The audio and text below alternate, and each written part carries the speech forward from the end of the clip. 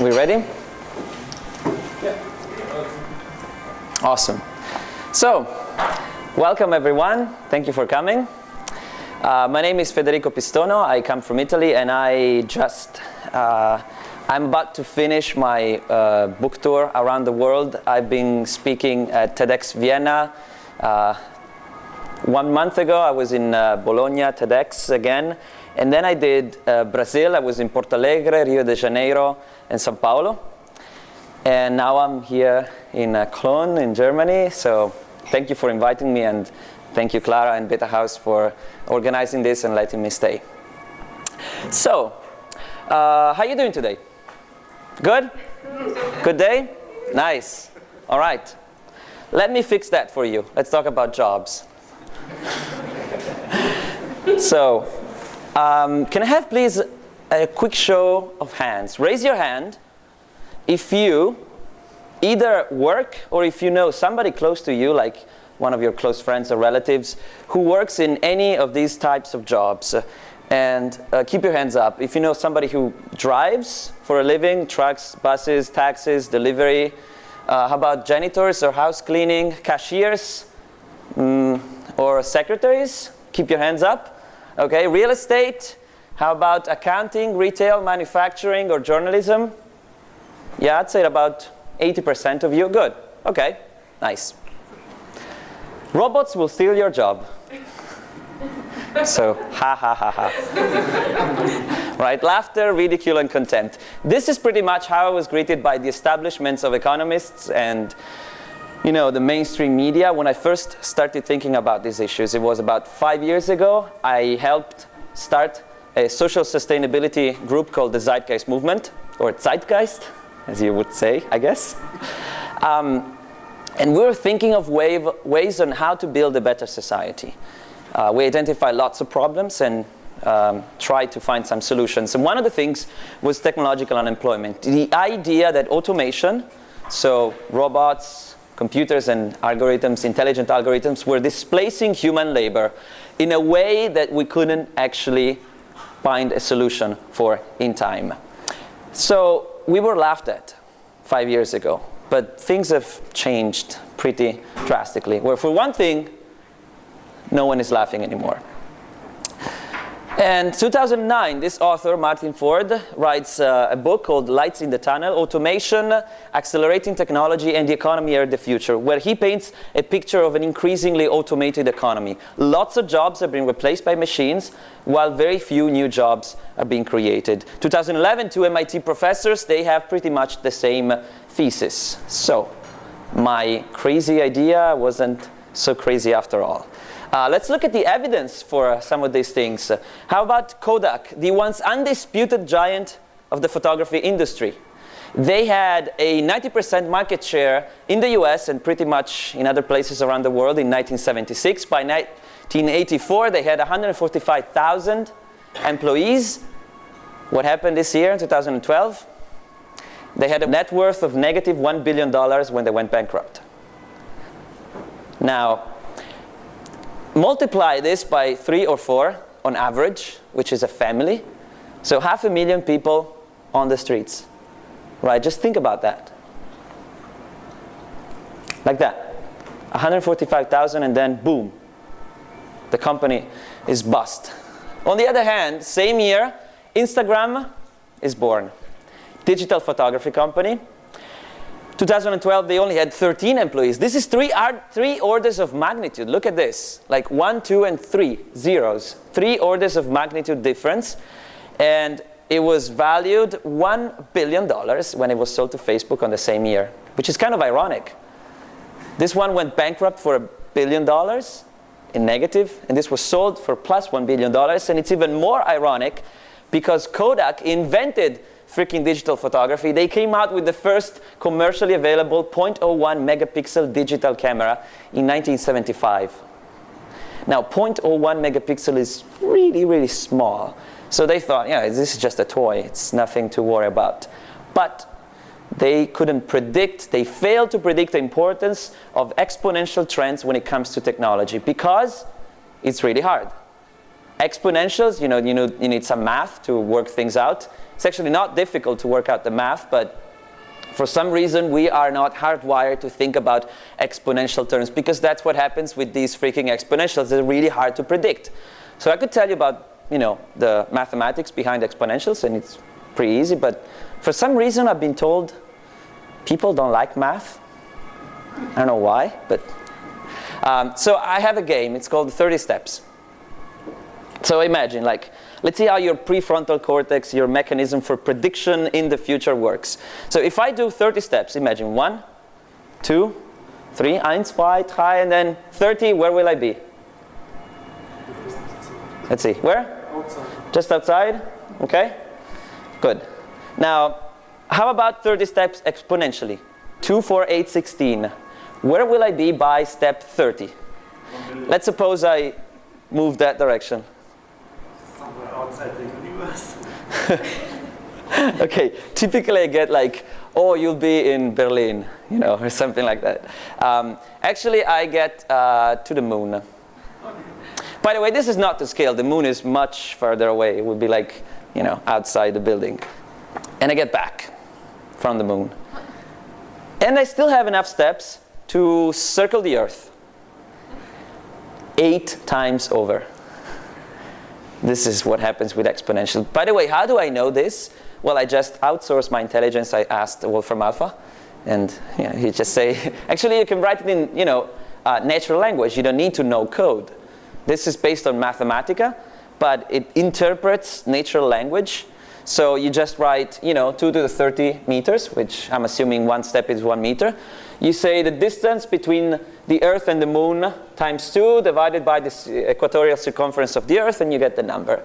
So you can be an astrophysicist without actually knowing anything about physics, although I studied physics, so Now, Foxconn, the largest manufacturer of electronic components, they make pretty much anything. If you've got something on your pocket or you're holding it and it's bright and tweets and takes photographs, they probably made it. Not just Apple equipment, like the news would like us to believe, but they make anything. They make Samsung, they make HTC, they make everything. Now, this is a company worth something like $100 billion and employs something about 1.2 million workers. Now, this is the biggest of the biggest in terms of electronics. And what are they doing? Of course, they're automating. Now, using the same words as their press release that came out a few weeks ago, it says they're about to deploy an army of 1 million robots to cut rising labor expenses and increase productivity. Now, when I made these slides last month, when I prepared for my book tour, I didn't realize that they would become obsolete in the meantime. Because last week, a news came out that these robots have already come. Some of these robots are already in place in Foxconn, and they're starting to be operative. So even the guy who talks about the future and exponential trends and tries to warn everyone about everyone else becoming obsolete, has his presentation become obsolete in the meantime. So now Canon is doing exactly the same, going fully automated very soon, and lots of other companies are following. Now, let me ask you this. What if Walmart begins to automate? Now, just imagine the sheer size of this huge, humongous giant. They are employing 2.1 million workers. It's the biggest multinational corporations in the world. If their employees were an army, it would be the second largest army on the planet. Okay, this is how big this thing is. I think if it was a country, it would be like the 13th biggest economy in the world or something like that. Now, if they start to automate, what happens? Every other company that's a competitor to Walmart will have to automate, because otherwise they wouldn't be competitive anymore. They would be just blown out of the market. So if a big giant starts to automate, you can be sure that pretty much very soon everyone else will.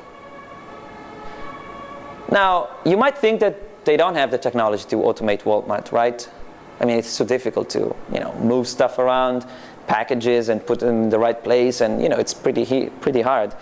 Actually, it is possible. Amazon knows this very well. They just bought for $775 million Kiva system to have complete warehouse management through robots and intelligent algorithms. They actually even move stuff around in a way that the orders have to be fulfilled within 1 day are closer than the ones that, they would be otherwise farther away, because they self-organize, and you don't have to program the robots to do something specifically in a way that you're used to. You can just tell them, find the optimal path, and they will learn through experience.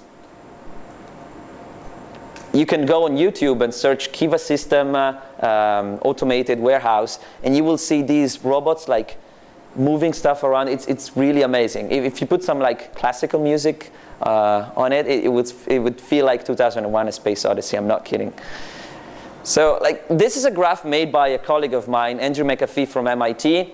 You can see these lines, they represent corporate profits and investments, while the red line is employment to population ratio. As you can see, these are going up, up, and up, and this one is going down and down and down, which means we are making more money, but we are employing less and less people, which means the rich people get richer, and the rest of us, they get poorer and poorer and poorer. And in the future, these lines are not going to converge. They're going to diverge more and more and more. So we pretty much, McAfee and I, agree on these numbers and on the problem. The numbers are pretty clear to both of us. We disagree on what to do about them, but we agree that these are the numbers, and when it comes to automation, we ain't seeing nothing yet. This is the Google autonomous car. The futuristic, Jetson-like automated car that drives itself with no driver, which, by the way, is as cool as it sounds. I know this because I was in. This is me at NASA. A few months ago, I was working there during the summer, and this is the automated car. It's a very nice piece of technology. They have 360 degrees cameras, lots of sensors, GPS. They have lasers. It's really, really cool. It drives itself, follows every street rule, every sign. It's safer, more reliable, doesn't get tired, doesn't have testosterone, so it doesn't start, fucking around with other drivers. It would reduce traffic to almost zero because it can self-organize and understand the flow that's required to avoid traffic. And I was in Brazil, and I was told that there every year about 150,000 people die every year because of car accidents. Now, the lead project developer of this project at Google started it because one of his best friends died during a car accident. And there is more than 1 million people every year in the world dying because of preventable car accidents, because people fall asleep, because they drink, because they think they're cool and they go very fast. And there is many more who just get injured. So actually, this is fairly personal to me. 5 days ago, I was in a car accident in Brazil.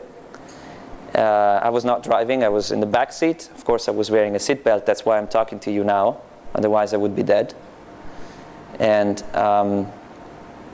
we just crashed on a freaking pole. I don't know, the driver was checking the GPS or she got distracted. But like, I can tell you, when you see like death in your face, you're thinking, why the fuck this car wasn't automated? like I'm 26, I thought I don't want to die now here in this stupid way. So now I'm like, my shoulder is not really feeling good, and but I'm happy that I haven't broken anything or it's nothing serious. But this is a really big issue. Like, to me, this is personal, and I have some friends who've been in major car accidents, and some of them haven't made it. So to me, it's pretty clear that we should automate, and there is no reason not to. Except, here's one problem. 3.6 million people just in the United States make a living driving something. Driving a taxi, driving a truck, driving, delivering things, Amazon, AT&T, that kind of stuff. So that's about 2.6% of the population. Same numbers in Italy, in Germany, in Europe, and most of the developed countries. Imagine yourself being a 45-year-old truck driver who's been driving for 20 years, or maybe 25 or 30 years, doesn't know anything else to do. They are not college educated. How likely are they to become biotechnologists or computer scientists in 5 years? Right. Like, I think there is more than 100 million people worldwide working as drivers of something. Now, actually no, sorry, 100 million is the number of people employed in the shopping industry. It's less, but let's say it's 50 million. Still, very big chunk of the population, 2.6% of the workers. I think they will be affected by this kind of technology. So even though we should automate because of all the reasons we know, we have a big resistance in doing so because it would put people on the streets. And the same goes with everything else. Accounting, retail, manufacturing, translation, journalism, nobody is safe. As the Wall Street Journal puts it, software is eating the world. Now, this is kind of funny. 4 years ago, I wrote an article which had pretty much the same title. Now, I don't think the Wall Street Journal stole my article. I don't even think they actually read my article. But it's kind of fun to see how a lonely, lunatic in thinking about the future and the problems actually has some ideas that have a resonance on something like the Wall Street Journal. So it means that there is something there and something is happening and people are realizing. So what do we do about it? Should we just despair, throw ourselves on the ground and say, we're fucked? Some people have proposed solutions. One of them is to put taxes on technology. Oh yeah, that's going to work so well. Like, I can already imagine, all the legislators in the European Union say, yeah, let's put taxes on technology. If you buy a server, more taxes. If you employ a human being, then tax exempt. Right, sure, that's going to work so fucking well. Like, imagine if NATO, the European Union, the Asian tigers, they all agree to put taxes on technology, and somehow we make an international agreement that everyone, is on the boat, and sure, fine. I don't think that's going to happen, but even if it would, China's not going to do it. Even if China were to do it, India is not going to do it. Even if you get India in, Indonesia or Malaysia or Brazil no, it's impossible. Technology knows no boundaries and has no borders. So this one doesn't look too bright to me. Lots of people said, let's put more regulation. Oh yeah, that's the answer to everything, right? Same problems as above, no borders. Then education reforms, this makes sense. You want to educate people to become knowledgeable about the new kind of economy, which is the creative economy, the knowledge economy that lots of people talk about. So this certainly makes sense, but how long does it take to educate an entire new generation in a different way of thinking? 10 years? 15, 20, 25 years? Do you know how fast technology moves? You remember the 30 steps outside the room and 30 steps to the moon and back and circle the earth? That's the kind of difference between technology and exponential growth and linear growth. Technology grows exponentially. Our ability to adapt to situation is very much linear. So at the beginning, it doesn't look like you're having much of a difference, but as time goes on and you double the big numbers, then things start to get really, really bad. So while this one makes sense, I don't think the time frame is adequate to adjust, especially now that technology is rapidly advancing. So it looks like everyone is trying to get creative so that everybody gets a damn job. This is the political talk. This is how Obama got re-elected, because he was able to convince more people that he was better at finding jobs and re-establish the growth economy, right? Well, after all, this is what these guys are proposing. I took it straight from their books. This is exactly from the list of solutions that they propose. And it kind of makes sense within this current paradigm of economics and way of thinking. Because you remember Voltaire, famous philosopher, who said that work saves us from three great evils: boredom, vice, and need. He said that in 1759. Like, seriously? Like, really? 2012, we're still thinking of this? Like, I think we might be missing a big opportunity. And so while I agree with the great Confucius, who said that if you choose a job you love, you'll never have to work a day in your life. Brilliant. Agree. Love it. Now, small problem. Finding a job you love, okay, let's analyze this. Finding a job you love. Okay. Finding a job is hard enough today. Finding a job you love is finding a job that allows you to follow your moral code and the one that you find fulfilling, right? And following your moral code, that means that, I don't know, when you go back home and you go to your 7-year-old daughter and she asks you, "Daddy, what do you do?" or "Mommy, what do you do?" You say, "Hey, I do this," and you're so proud. Right, like, very easy. In fact, the Luat Shift Index calculates that about 80% of the people who work hate their job. Now, just think about this for a second. 80%. That means 4 out of 5 of people who work spend most of their useful lifetime doing something they don't particularly enjoy doing. Why? Because then they can have more time to spend time doing something they don't particularly enjoy doing. Not too bright, not too bright. I mean, doesn't this make you a little mad? I think we live in a kind of a work paradox, because we work long and hard hours on jobs we hate, to buy things we don't need, to impress people we don't like. Genius. And we have to adjust to what the economy allows us to perform, because the sad reality is that most jobs are neither fulfilling nor do they create any value for society. And I don't think I have to name to you which kinds of jobs are belong to this category. So that's not enough, because even those jobs are going to be automated very soon. So we're fucked. That's the end of a lecture. Thank you very much.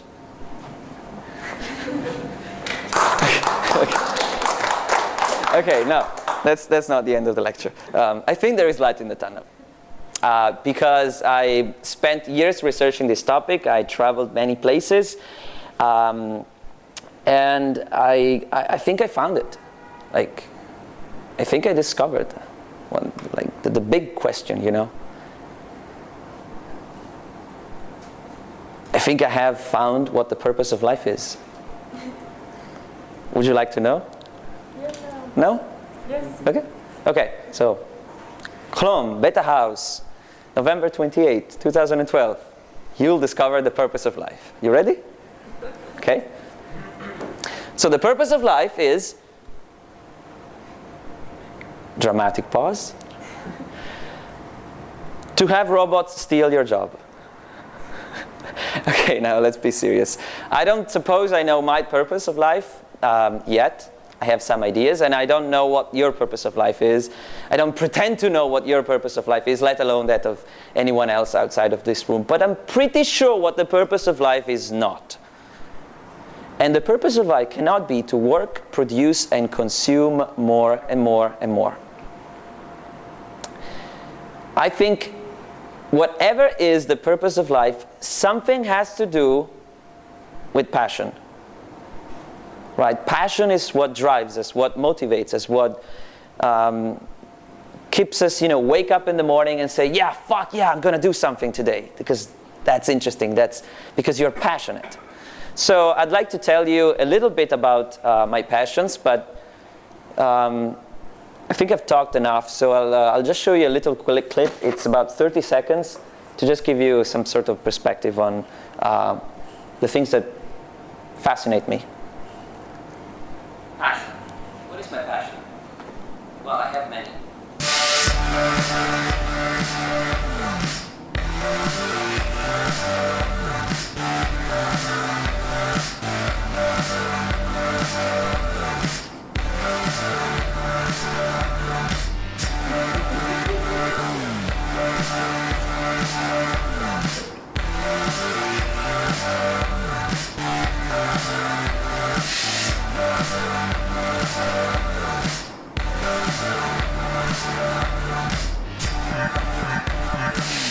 But certainly one of my biggest passions is to be inspired and to inspire other people to find their passion.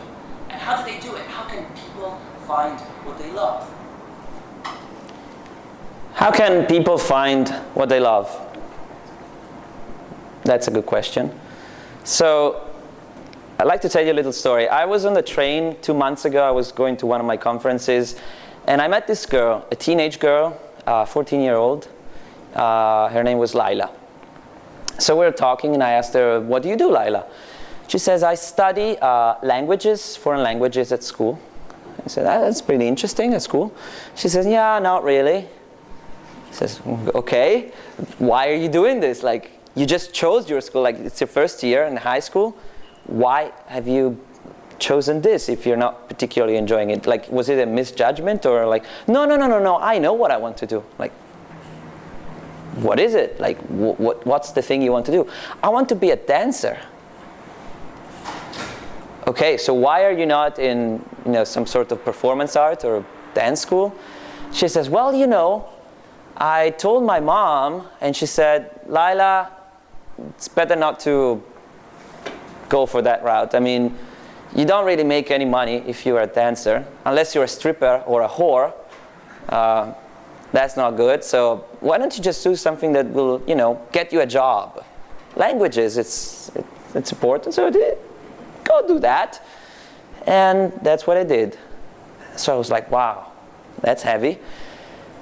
And kind of sad, because it reminded me of myself when I was 14. And I had to choose which kind of school I wanted to do. And I had many passions, but 2 of the passions were filmmaking. I wanted to make a big positive impact in the world by directing movies that would inspire lots of people. And one of the other passions that I had were computers and artificial intelligence and those kind of things. So I looked at the statistics of people who follow university in a specific area, and how many of them actually succeed. I looked at performance arts, cinema and theater, how many people actually become filmmakers and successful ones? 0.1%. And then I looked at the other statistics. How many computer scientists find a job after, within 2 years after they graduate? 99.9%. So they were precisely complementary activities. And it basically means if you are a computer scientist and you don't have a job, it means you're not looking for one. Or it means you're actively trying not to be employed and you're turning down offers. So I still liked that, but possibly the biggest passion I had, I just let it slip because of monetary reasons. And so my dream was gone. And so, how about your dreams? Now, I know dreams are very personal, so I'm not going to ask you to share your dreams with me or with the people in this room. I will ask you to share your dream with somebody much, much more important than myself. So let's do a little experiment. Everyone, take a comfortable position. Very comfortable on your chair, okay? All of you? You comfortable? Okay. Now, close your eyes. Close your eyes. Okay, now take one deep breath. Another. Okay, now go back in time. Back in time when you were 14 years old. You're just a kid, just like Lila. Okay? And you are about to choose who you want to become when you grow up. And you have no restrictions, no obstacles, no limitations. You can do whatever you want.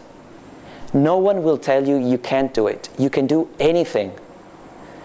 You can be whoever you want. You can be anyone. Okay, go back, 2012. Raise your hand if you are that person. Okay. So, do you hear the sound? Listen.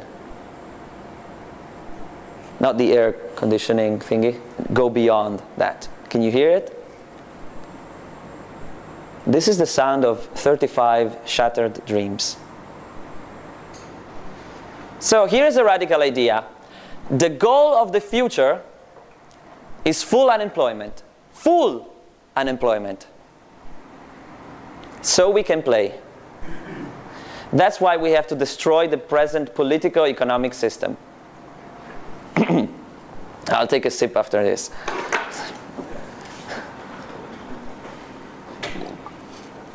Now I realize this is not a light statement, considering that it doesn't come from me, but from legendary author Arthur C. Clarke. Sir Arthur C. Clarke.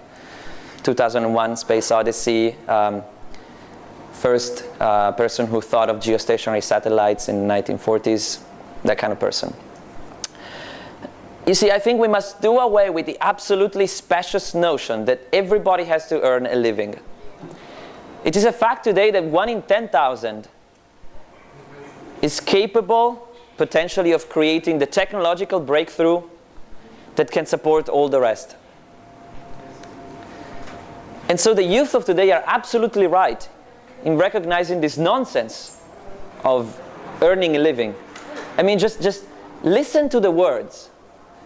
Earning a living. As if living wasn't a right to life, but you had to earn it. Through monetary exchange. That's the sub-context. And so we keep inventing new jobs because of this false idea that everybody has to be employed at some kind of drudgery or another, because according to Darwinian Malthusian theory, they must justify their right to exist. The right to exist. Because you can't just exist, you have to prove it, justify it. And so we have inspectors of inspectors, and people making instruments for inspectors to inspect inspectors.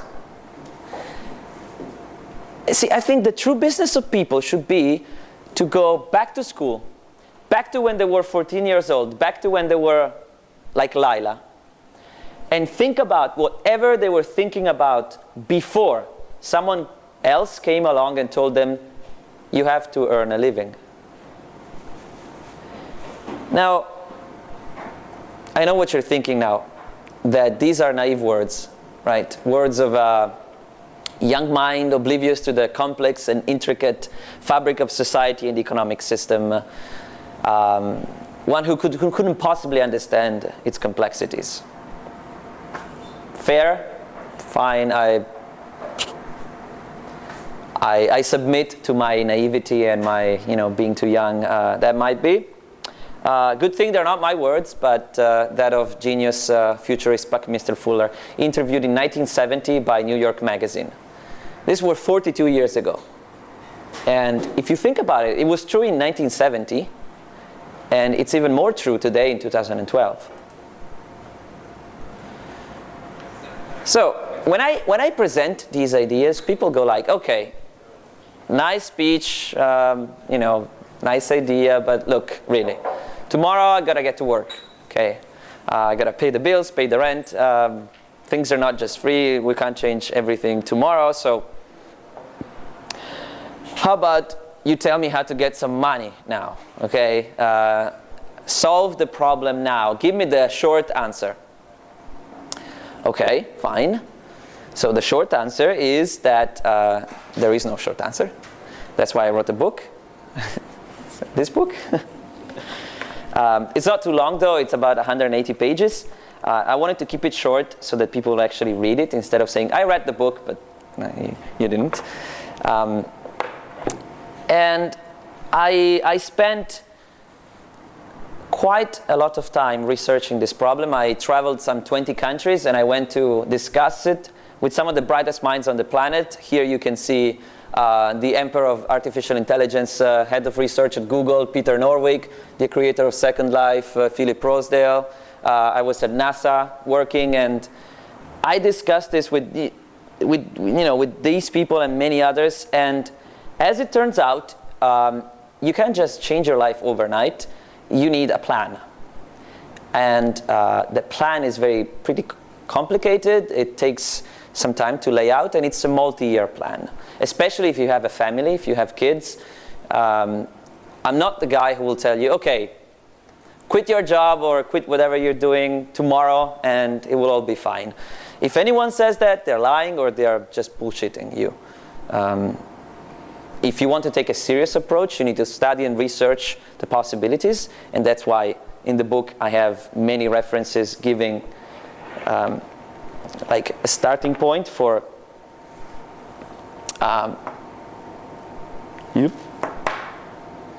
you know what they say, AI is easy, AV is hard. And it's always true. Okay. So this plan is, it gets pretty complicated, and I don't have much time. Plus, they told me to keep it pretty simple because it's already starting to get pretty complex. So I made a picture. Pictures are easy, and this picture is called of two futures. On one side, you've got exponential technologies and limited resources. Now, we've seen a little bit what exponential technologies are and how they work. I don't think I have to explain the limited resources factor. That's just a reality of being on this planet, because it's round, it's not infinite. Although some people don't think we have limited resources. There is a very famous quote that I love by Sir David Attenborough, who said, there are only two types of people who believe in indefinite economic growth. Madmen and economists. If you add to this the idea that we have infinite needs that require an infinite amount of work and an infinite amount of money to be fulfilled, and of course an infinite amount of resources, which, all of that is impossible, then what do you get? So to me, in a few years, this gives you mass unemployment, climate change, resource depletion, mass starvation, worldwide violence, and civil unrests. Now, this is not a pretty picture, but I don't think it's unreasonable to assume it, because every single one of these consequences, we can already see it today. Like, it's not like I invented this list. It's what happens today, just on a small scale. And in the future, this will get worse and worse. So I don't know about you, but that thing on the left, I don't like it. So I made another picture, which I think is prettier. You still have an exponential technology curve and limited resources. You can't really change that unless for the first one, you should obliterate the human race so that no one invents new stuff. Or for the second, you should break the laws of physics.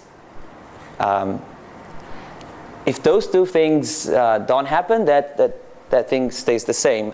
But what you can't actually change, and it's not really that hard, is your mindset, right? Your motivation, what drives the purpose of your life. So if we let go of the idea of infinite growth and labor for income, we can use our ingenuity to provide for what we need collaborating using open source, leveraging the DIY innovation revolution to create self-sustaining communities. Which in turn, given a few years, this will give us, I think, more free time so we can have more fulfilling lives, restore global resource balance, and generally have a more resilient system. Now, when I present this future, like when I present that future, they tell me, you're such a pessimist, this doesn't happen. But then when I speak about the other one, they say, you are a techno-utopian. I'm like, what? So yeah, you believe technology solves everything, right? Actually, to the contrary, I think technology is merely a facilitator of your intentions. It's an amplifier of what you want to achieve. So if you subscribe to the idea that you need an infinite growth paradigm, and that's the only way for us to live, then exponential technologies will help you get to these awful results exponentially faster. So technology by itself is not really doing anything. It's like, if I take this pen and, I could, sign the book or write the book, or write beautiful poetry, or the Declaration of Independence of, some nation, or the Declaration of Human Rights, or I could just, take the cap off and stab you in the eye. But it's not like the pen is evil, or technology is inert. It's what we do with technology that matters. It's just an extension of our intentions. So again, when I present these ideas, the other criticism is, okay, but look, we've been living like this forever, right? Human society has always been like this. So isn't that against human nature? Well, we had slavery for thousands of years, and we gave that up. They made the same argument at the time about slavery, but somehow we overcame that problem. So I think we are at the dawn of a new civilization. We could be at the dawn of a new civilization.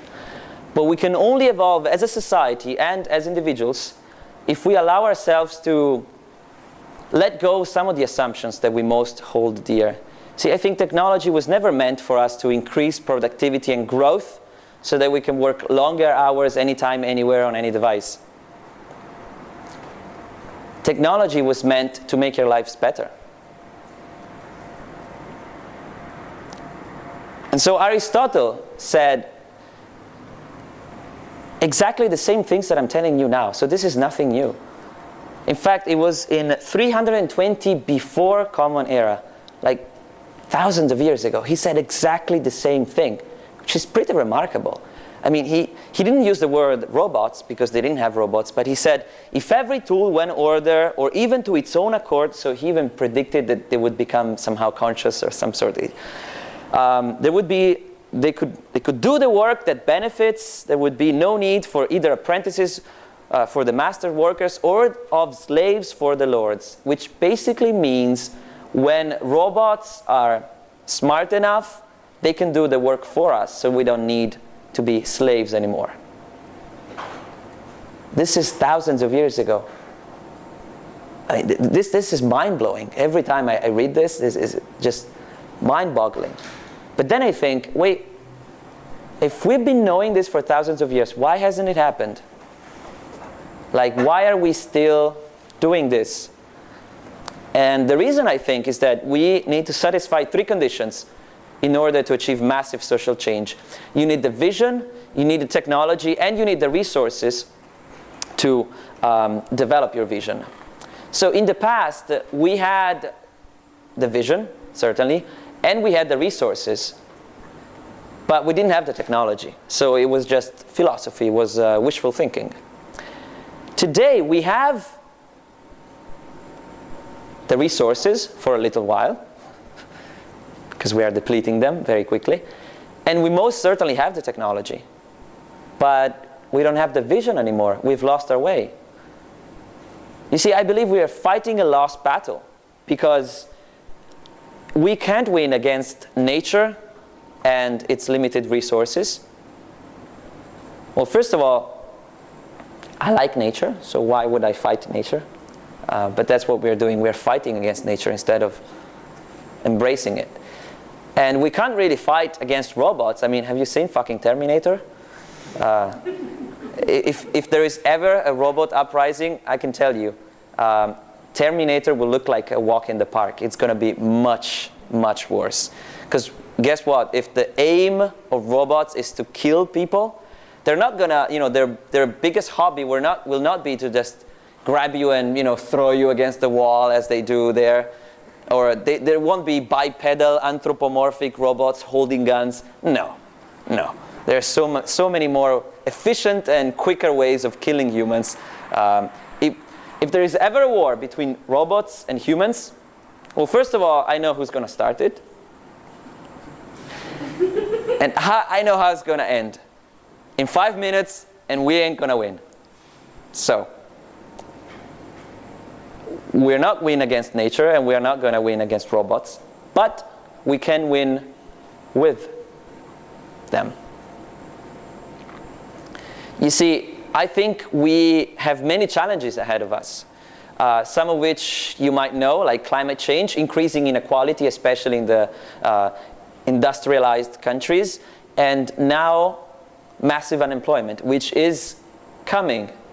Like the mass unemployment that Greece, Italy, Spain are experiencing is, of course, political and economical problems and financial issues, but those are just exacerbating a problem which is the difference between, the profits and the employment to population ratio, which is going to get worse.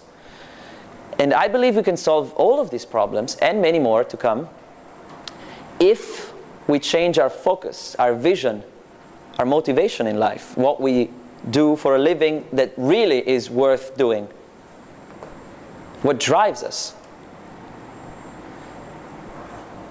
So I wrote this book that I hope will start a conversation and inspire people to do something useful and good with their life, something that actually gives them something fulfilling, that warm feeling, warm, fuzzy feeling when you wake up and you're doing like, yeah, I love what I'm doing, right?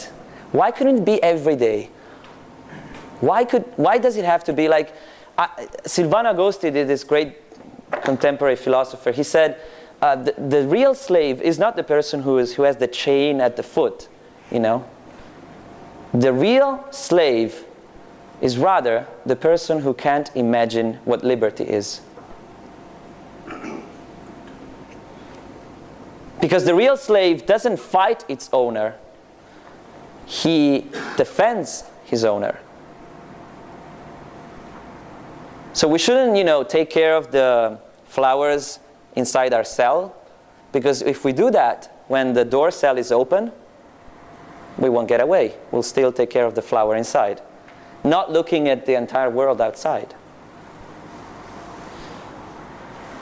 And when I was employed by someone else, I used to think, oh, thank you for, giving me this opportunity. And then I started to think, look at this fucking bastard who's stealing the only life I have. Because I ain't going to get another one. I only have one life, right? And I have to get up and go to the office 5, sometimes 6 days a week, 8 to 10 hours a day. To do what? To buy a new microwave, a new computer, and a new gadget? And they give me 1 day a week, 1 day to live. How are you supposed to build a life in 1 day? So I think we need to switch gears, change perspective a little bit. And since then, I started giving conferences and talks around the world. I traveled, many countries, 3 continents, 20 countries, and I'm trying to inspire people to start a conversation, because I have some solutions in mind. In fact, almost half of the book is just called solutions, and there are All of these are proposed solutions, but I don't pretend to know all the answers. This is my starting point. And I hope this will start a bigger conversation where the solutions will come from you guys.